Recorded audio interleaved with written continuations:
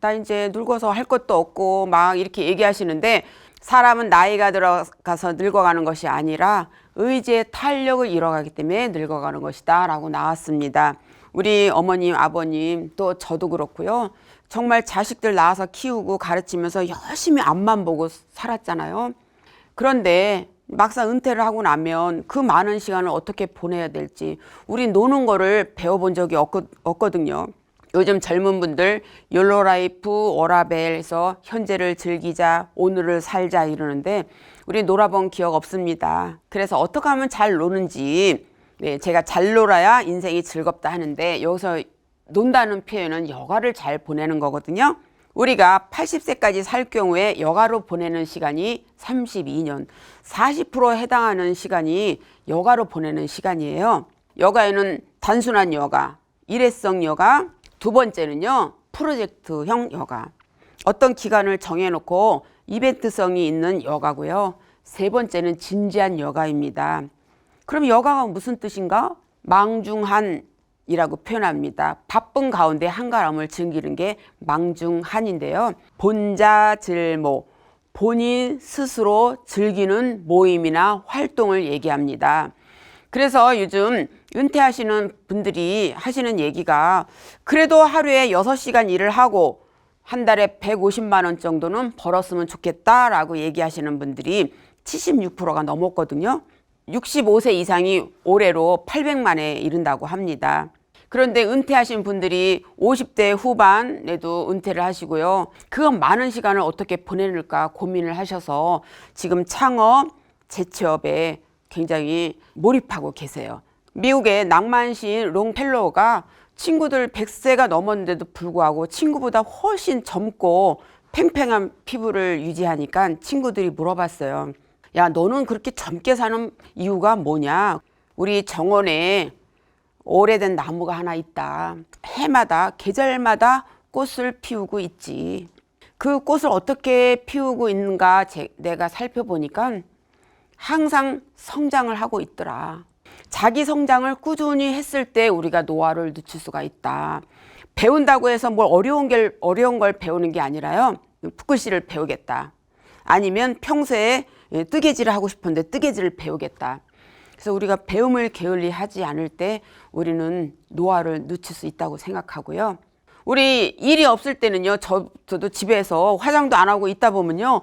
어느새 시간이 저녁쯤 되거든요. 나태해지는 거예요.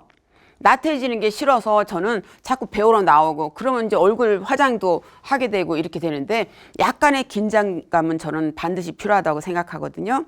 그래서 이분들이 일을 갔는데 일이 아니어도 괜찮습니다. 여가의 종류에는 자원봉사, 취미활동, 자기개발, 돈을 받으면 일인데요. 돈을 안 받으면 여가라고 저는 그렇게 구분을 하라고 말씀드려요. 인생을 4가지로 구분한 학자가 있습니다. 첫 번째가요. 교육을 담당하는 시기. 이 인생 시기는 노동을 담당하는 시기. 제3의 인생 시기는 마지막 자녀까지 시집장가 보내고 나서의 인생 시기. 요때를 65세까지 봅니다. 그런데 요즘 시집장가 잘 안 가려고 하고요. 시집을 가더라도 장가를 가더라도 아이를 낳지 않는 딩크족도 많습니다. 또 40이 넘어서 부모랑 같이 용돈 타서 쓰면서 사는 아들도 있거든요. 캥거루족이라고 하잖아요.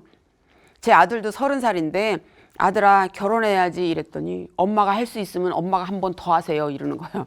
그 요즘 젊은 사람들이 자기 혼자 벌어야 되니까 맞벌이를 원하기도 하고 현모양처는 아니어도 좋다. 전문적인 자기 일을 가진 여자를 원한다. 이렇게 그런 식으로 선호하는 경우도 있어요. 전문적인 일을 가진 여성.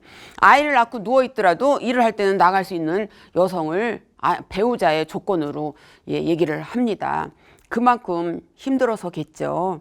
4의 인생 시기는 이제 아플 일이 많은 시기거든요.